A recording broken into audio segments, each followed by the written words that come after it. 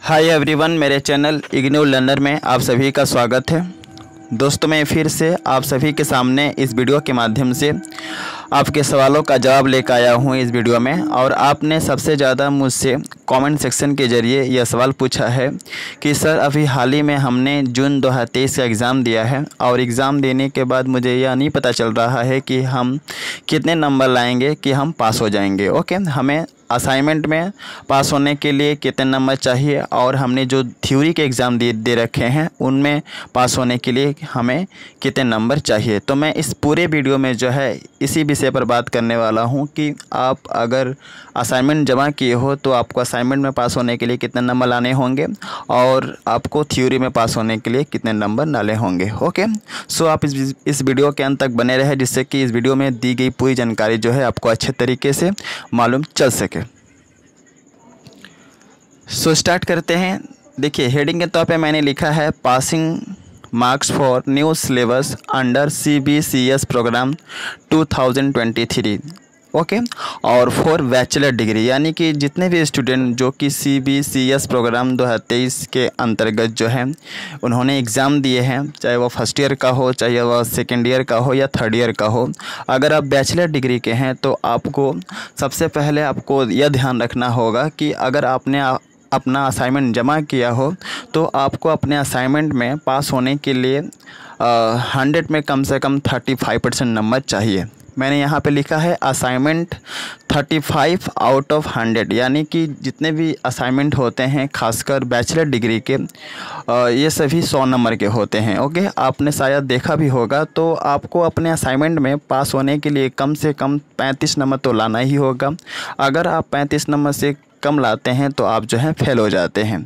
तो बेहतर ये होगा कि आपको जो है असाइनमेंट में 35 से अबव नंबर मिले। ओके, दूसरा प्रश्न है कि थ्योरी में आपको पास होने के लिए कितना नंबर लाने होंगे। ओके, तो मैंने यहाँ पे लिखा है 35 आउट ऑफ 100। अगर आप बैचलर डिग्री के हैं और आपने अपना पेपर जो है 100 नंबर का दिया है, ओके, तो उस 100 नंबर में पास होने के लिए कम से कम 35 नंबर तो लाने ही होंगे। अगर आप 35 नंबर से कम नंबर पाते हैं, ओके, कम अंक लाते हैं, तो आप जो है फेल हो जाते हैं और ऐसे स्थिति में जो है आपको दोबारा एग्ज़ाम देना पड़ सकता है क्या, देना ही पड़ेगा। समझ गए? तो कोशिश यह रहना चाहिए कि आपका अगर 100 नंबर का पेपर है तो कम से कम जो है आपको जो है 35 मार्क्स मिले। ओके, इससे कम नहीं मिलना चाहिए। ओके, दूसरी बात है कि 18 आउट ऑफ 50, अगर आपका जो प्रश्न पत्र है 50 नंबर का है तो उस सब्जेक्ट में पास होने के लिए कम से कम 18 नंबर तो लाने ही होंगे।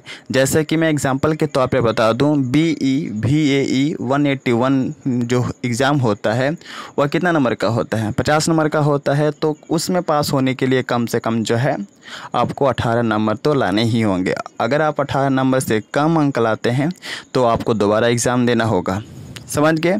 तो आई थिंक जितने भी बैचलर डिग्री के स्टूडेंट हैं उन्हें मालूम चल गया होगा कि असाइनमेंट में पास होने के लिए और साथ ही साथ जो है थ्योरी में पास होने के लिए आपको कितने नंबर लाने होंगे। मैं फिर से आपको रिपीट कर दूं, असाइनमेंट में पास होने के लिए 100 में कम से कम 35 लाने होंगे।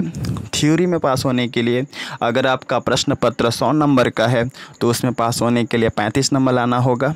इसके अतिरिक्त अगर आपका प्रश्न पत्र जो है 50 नंबर का है तो कम से कम आपको पास होने के लिए 18 नंबर तो लाने ही होंगे।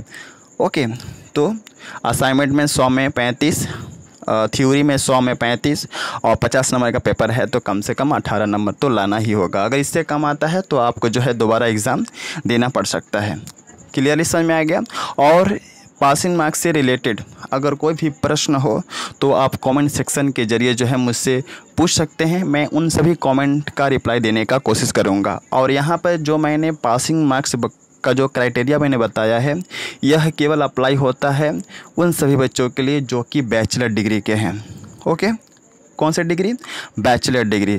ओके, जो BAG के हैं, BCom के हैं, ओके, BAG BCom इन सभी के लिए जो है जो पासिंग मार्क्स है असाइनमेंट का और थ्योरी का जो है मैंने यहाँ पर बता दिया है।